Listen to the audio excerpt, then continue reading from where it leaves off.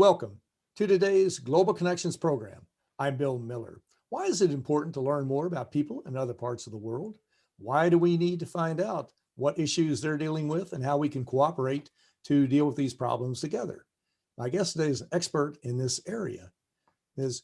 Xiao Yin Zhao is the Executive Director of the World Affairs Council of Kentucky and Southern Indiana. In addition to the international exchange programs operated by the council, Xiao Yin oversees dozens of programs and events that brought top diplomats, experts, and authors to the Kentuckiana region, providing the community an opportunity for in-depth discussions on current global issues. Xiao Yin Zhao, welcome to today's Global Connections program. Thanks for having me, Bill. It's nice to be I back.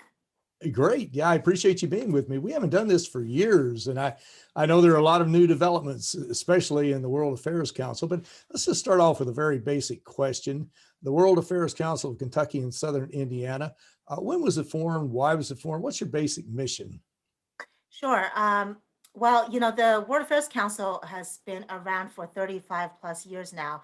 It was formally established back in 1985 under the name of Louisville International Cultural Center, which is our predecessor. Back, I think, in the 2000s, mid 2000s or so, we had a name change to our current organization, the World Affairs Council. So we've had 30 plus years of history. When it started, it was really it actually started at University of Louisville, I believe. And when the university decided not to keep it there, a number of people who were involved with the exchange programs and all of these international types of efforts, they decided to keep the program going. And that's how they came to form the organization as a separate nonprofit 501c3 organization.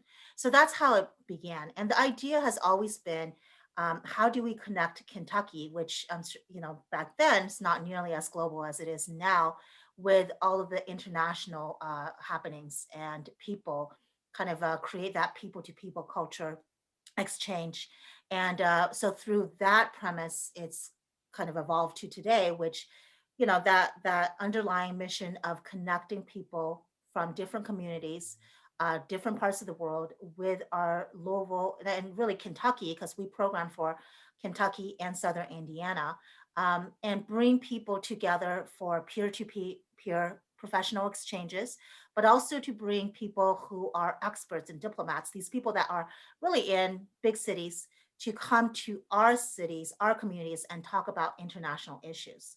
So that's the idea, giving our local communities an opportunity to connect through these professional, cultural, and educational ways, so that we're not really isolated in our own little communities, our own little bubbles, so to speak. Mm-hmm.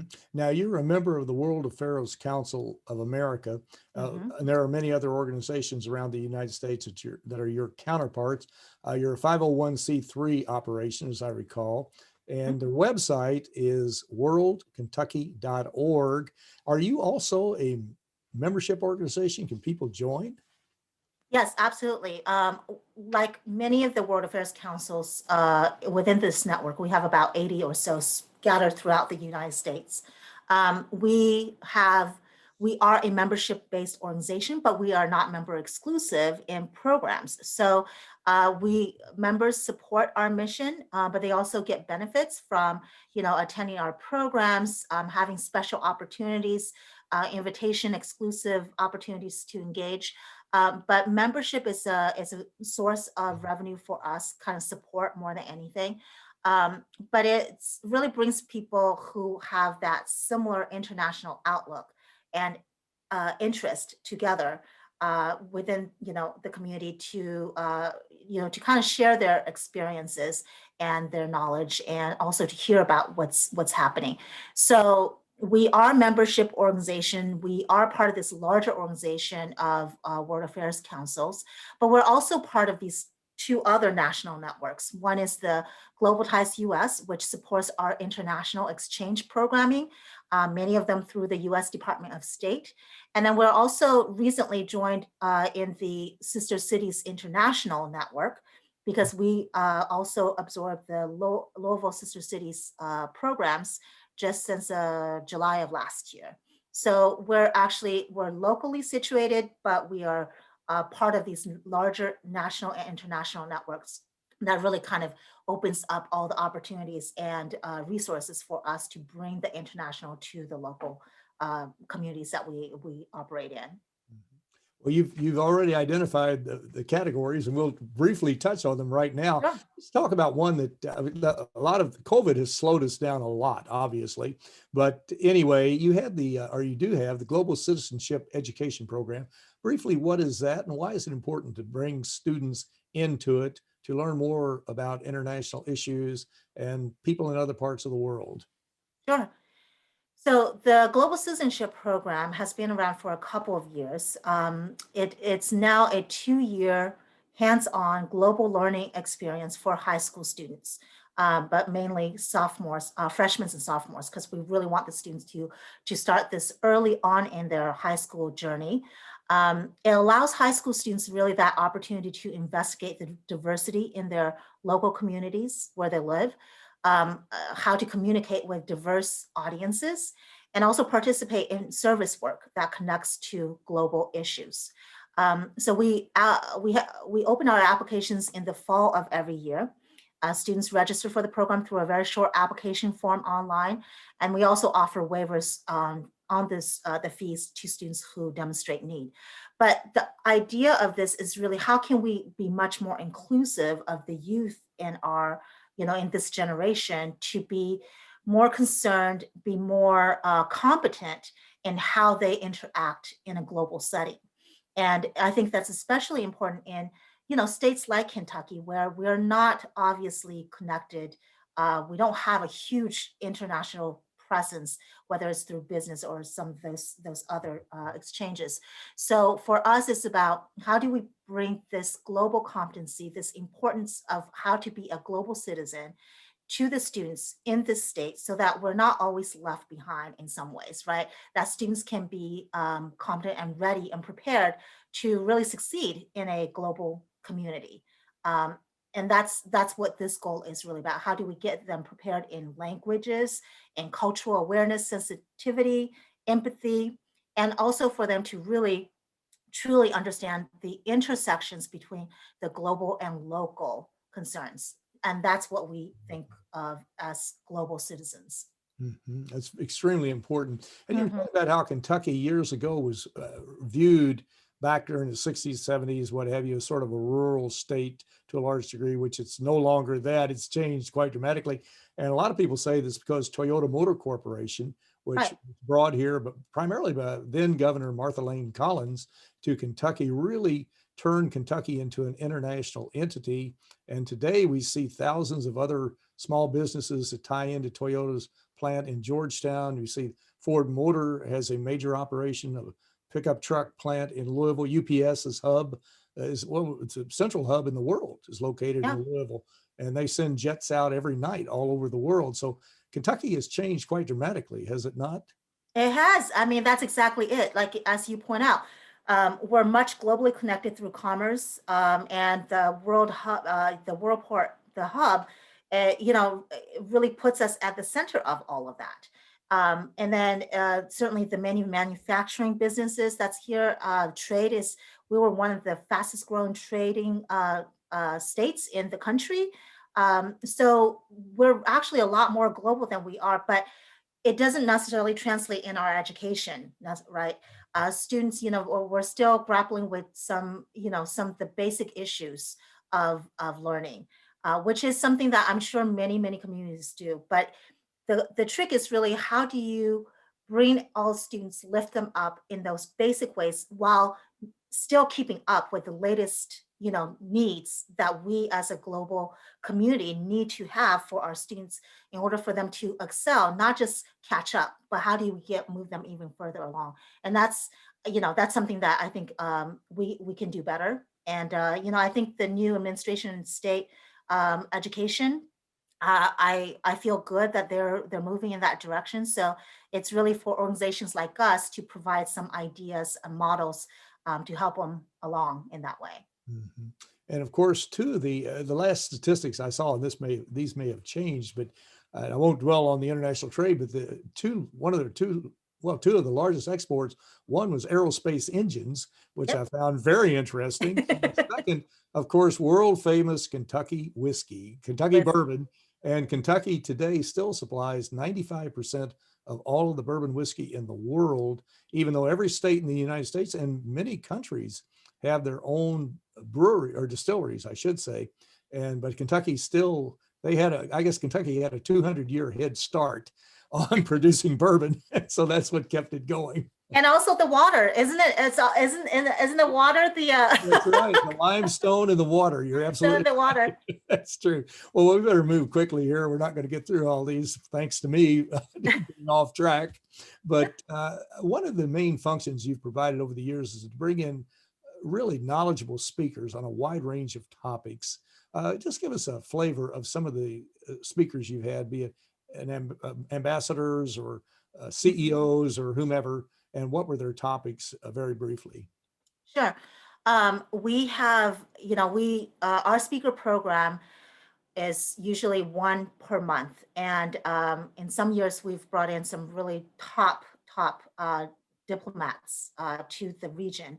But every single one of the programs for those people who participate in our speaker programs have said that they're all experts in their subject areas, and really gives us an opportunity to kind of delve deeper into an issue beyond the headlines, what we say. So some of the biggest ones we've had before my time was Mikhail Gorbachev, of course, and Christian Amanpour, Colin Powell.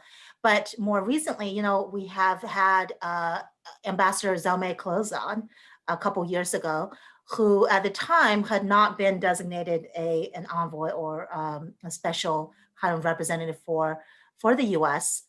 With the peace talks in Afghanistan, but he had already served in those capacities prior to the last administration. And he came and he was talking about his time and his journey to becoming where he is.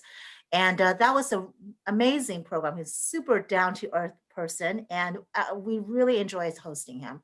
We also hosted the first Cuban ambassador to the US in over 50 years, Jose Campañas, in 2017. And that was right before we had the Derby. It was a huge visit. And that was, of course, right after we had kind of somewhat normalized relations with Cuba under President Obama's administration. So those are some of them. Now, recently in the COVID era, we've been holding monthly speaker programs, and we've had quite a number of experts on Russia, on Saudi Arabia, on Iran. These, of course, are all of the big regional security kind of issues and countries that we're dealing with past administration, and especially now in this new administration. So we just try to really look forward and where we are and anticipate what are going to be the big global issues and big kind of hotspots around the world that we want our citizens, our members, to really learn more about. And as you probably know, some of those issues don't change very much over time. So we've always been really right on point when we have a program on what is happening at that moment in our national dialogue. So it's just a service that we provide, and it's a niche that we provide, because I think World Affairs Councils really try to be that space where we can educate and inform the public about some of the big issues that exist in the world. Well, you're watching Global Connections Television, which is a privately funded, independently produced program. The opinions expressed on Global Connections are solely those of the moderator and his guest. We'd invite our viewers to go to our website at www.globalconnectionstelevision.com to view previous programs. Also, if you're involved with a PBS or community access television station, or perhaps you're with an educational institution that has an intra-campus television hookup, or you're with you have a podcast, or you just have a computer and you like our shows and you want to share them, please feel free to do so. Global Connections Television is provided at no cost as a public service to help us better understand international issues and how they impact our lives. Today, we're taking a look at a very unique institution that is working on a daily basis to help people better understand international issues. My guest today is Xiao Yin Zhao, who is the Executive Director of the World Affairs Council of Kentucky and Southern Indiana.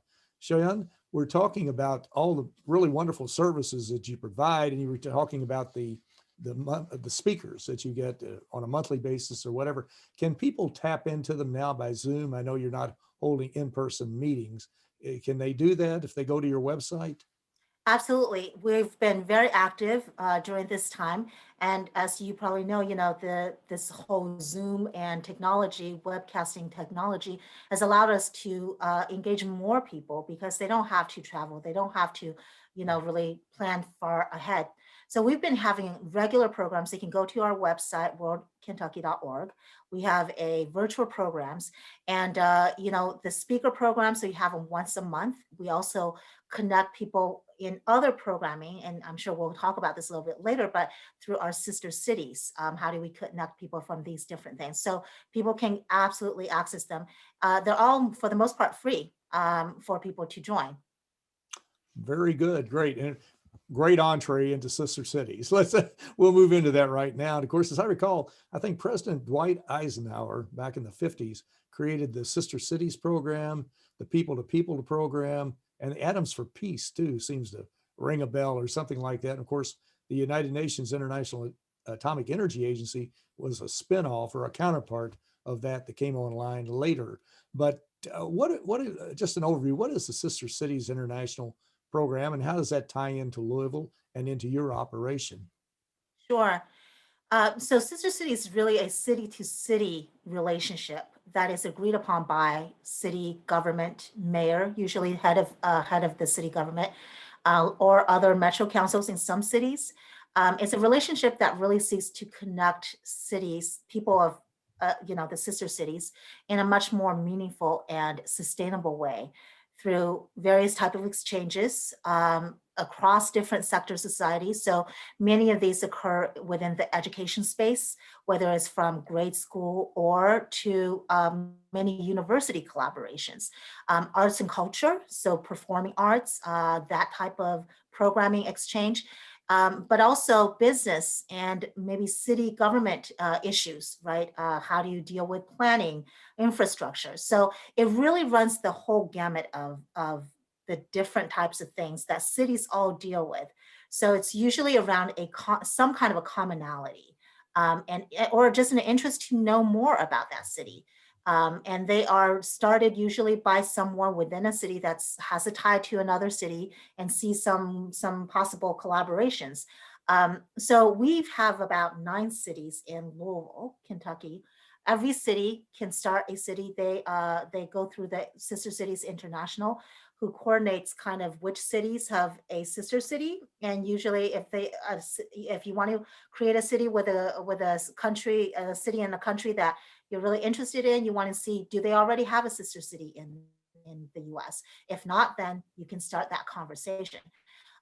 So our sister cities have been around for, the oldest one is Montpelier. I believe that one it was established many, many years ago. I want to say the 50s or even as far as that long ago.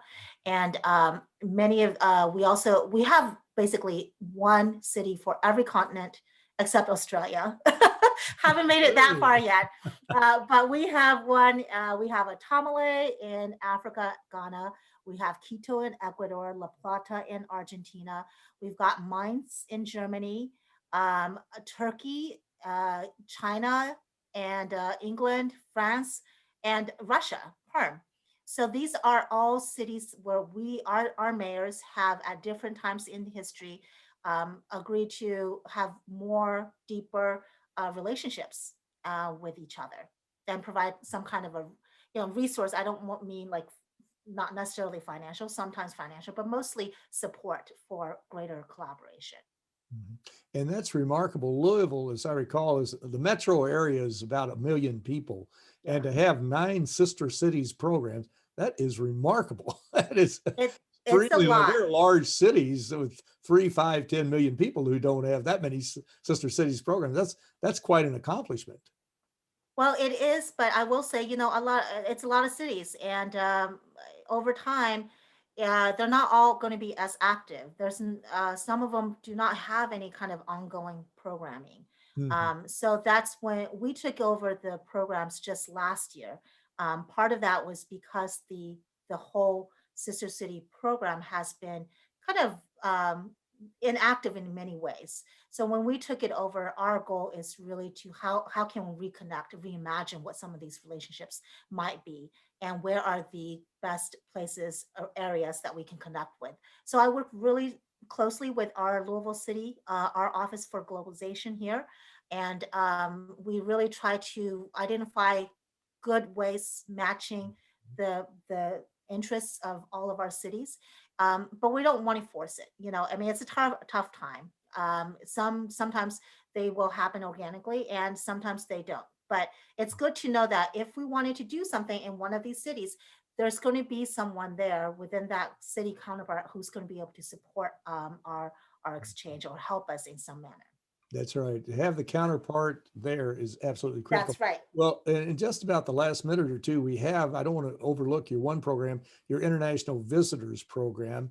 What basically was the thrust of that? And what are some examples of groups, just by names only, who came to Kentucky or to Louisville and Yeah. vice versa? Sure. So our international visitors programs mostly outbound programs. These are programs that we, for the most part, um, contract with the U.S. Department of State. Most of these are the International Visitor Leadership Program, which is kind of the top premier professional leadership program through the State Department.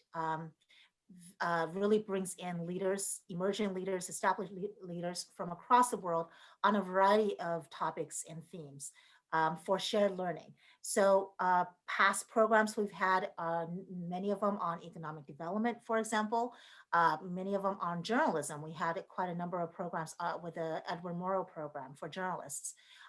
We've had law enforcement and forensics exchanges studies from Mexico that comprised of some attorney generals there to really learn about the science, criminal science here, promoting arts, change through the arts, photojournalism, access to rural communities for justice and economic opportunities or health.